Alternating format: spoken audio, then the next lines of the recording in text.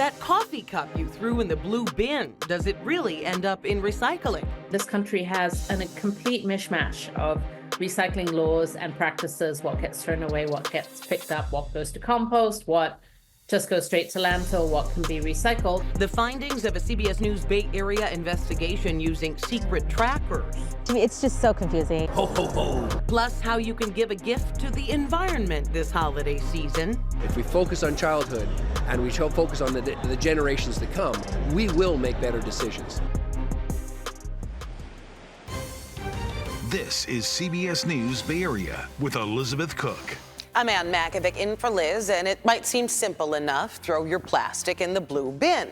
But do your recycled items actually get recycled? Today, a CBS News Bay Area investigation, and what we discovered might surprise you. Well, the state has been working to implement a sweeping new measure to try to remove single-use plastic from California. SB 54, signed into law in 2022, aims to make all packaging recyclable or compostable by 2032.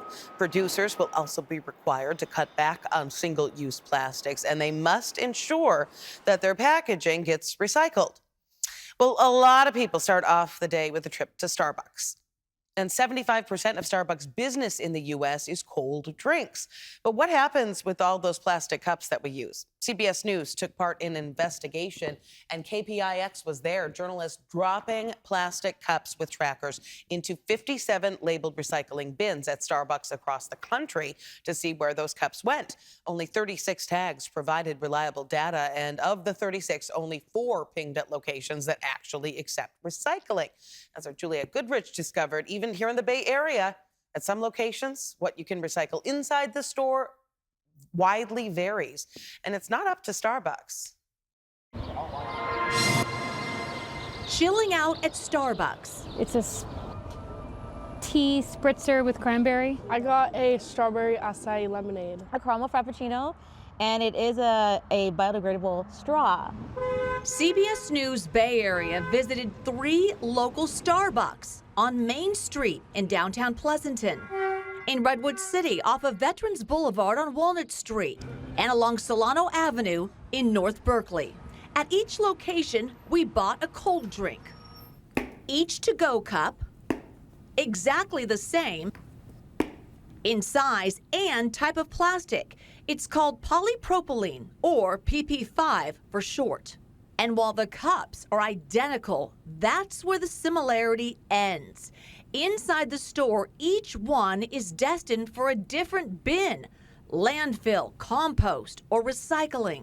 It's not up to Starbucks, it's up to the local jurisdiction. To me, it's just so confusing. It's really confusing. I've gotten so discouraged knowing that. In Pleasanton, cold cups go to landfill. In Redwood City, recycling. As for Berkeley, you're instructed to put them in compost. But that's a mistake. You can't put plastic in compost. And in Berkeley, plastic to-go cups are also against city law. Plain and simple. There is no circumstance where Starbucks or any other food purveyor in Berkeley can give you a plastic cup. Berkeley City Council member Sophie Hahn. In 2019, she authored a Berkeley ordinance which requires all single-use foodware, including to-go cups, are 100% compostable. The law took full effect 2 years ago. She says Starbucks needs to stop. One is that you're getting a plastic cup, and that is patently and absolutely against the law in Berkeley. And 2, you're being told essentially to contaminate our composting stream by putting plastic into it. Starbucks told us they ran out of suitable compostable cups because of an issue with a supplier. We don't know when the problem began. The company says it's currently testing new fiber-based compostable cups to meet local requirements and hope to have them in cafes early next year. The city of Berkeley plans to reach out to Starbucks directly. As for the bigger issue of what cup goes where, it's not just Starbucks. It's a mess. Kate O'Neill is a professor of environmental science at UC Berkeley and an expert in plastic waste. She says the recycling system is fragmented, confusing to consumers, and hard on large companies. This country has a complete mishmash of recycling laws and practices, what gets thrown away, what gets picked up, what goes to compost, what just go straight to landfill, what can be recycled. What's not confusing, the amount of plastic waste is growing exponentially. Most ends up in landfills or incinerators, as well as the environment. All the trash in the ocean and stuff. It's a concern for me, and when you get to the nitty-gritty of it and finding out it's really not fine, it's really disturbing. And I just worry about my children. Brewing up concerns about the future. Still ahead, like it or not, plastic waste is a huge part of the holiday season. How you can make more sustainable changes that'll land you on the nice list. We'll be right back. Over the holiday, Americans generate a gigantic mountain of plastic waste, about 25% more waste compared to the rest of the year. In today's Project Earth, some last-minute gift ideas for your loved ones and Mother Earth. Ho, ho, ho. At a recent UN conference on climate change, Philip McMaster, who goes by the name Sustainaclaus, is making his list and checking it twice. His message, the planet's getting hotter and we need to take action. If we focus on childhood and we focus on the generations to come, we will make better decisions. One major hurdle, plastic waste. Plastic waste problem is huge, and it has only grown exponentially in the last 20 years or so. Professor Kate O'Neill is an expert on the topic at UC Berkeley. She says the U.S. generates a staggering amount of plastic waste, about 97 billion pounds a year.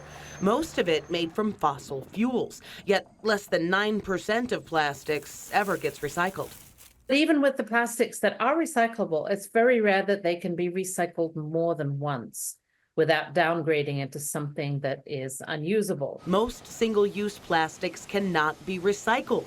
A recent CBS News investigation found even with a major company that promotes sustainability and recycling, there are problems. After a good coffee fix, most of us try to do the right thing by putting our cup in the recycling bin. But we tracked some plastic cups that went straight from Starbucks into the landfill anyway.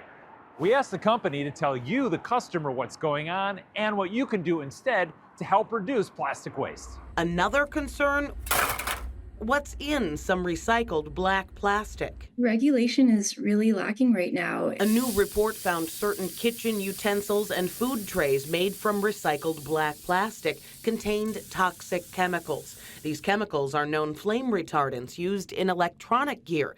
You can't tell just by looking at the object. You would have to test it. We especially don't want to be using contaminated kitchen utensils that have toxic flame retardants when we're cooking our food. There are studies that show that flame retardants can actually leach out of contaminated kitchen utensils and into the food that we're cooking. And so something that people can do there is replace their black plastic kitchen utensils with safer options like wood or stainless steel. A good holiday gift idea, along with a reusable cup. That should keep you off the naughty list. A lot to think about there. Joining me now is Nick Lapis, Director of Advocacy at Californians Against Waste. Thanks for being with us.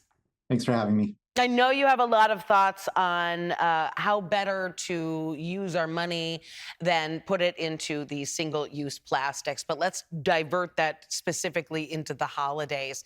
What do you think when it comes to gifts we should be thinking about? That's a good question. And it's the time of year where we generate a lot of extra waste compared to our normal baseline. And so, you in that segment talked about giving somebody a reusable mug. And there are gifts like that, reusable mugs, reusable totes, water bottles. But really, I think we all already have too many of those on our shelves.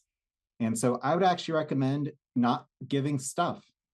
The best thing you could do is give experiences. Bake something, make something. There are a lot of things you can do that don't involve buying something that'll, at best sit on the shelf, at worst go straight into the trash. Yeah, I mean, I'm all for a travel gift certificate myself, but what about kids? They love to wake up in the morning and see all these presents under the tree, and a lot of them are kind of junk. Yeah, I have a 5-year-old, so I know that struggle really well. Because there is something special to opening the gift, right? But at the same time, everybody wants to give my 5-year-old another toy from Target. Mm-hmm. And he just loses interest in them so quickly. he gets the toy. It's very exciting. The opening of the gift is probably more exciting than playing with the toy. And then a week later, it's on the floor of his room and he's not using it. Compared to the experiences that he remembers and he talks about, when somebody takes him to the zoo, when somebody takes him to see a show. Somebody gave us tickets to watch Bluey live a couple of years ago, and that was a fantastic gift. Okay, yes, I can see that. You just have to get over that like short-term gratification thing. Also, when it comes to wrapping papers, we've heard, try to reuse it. That's sometimes easier said than done if it gets all ripped.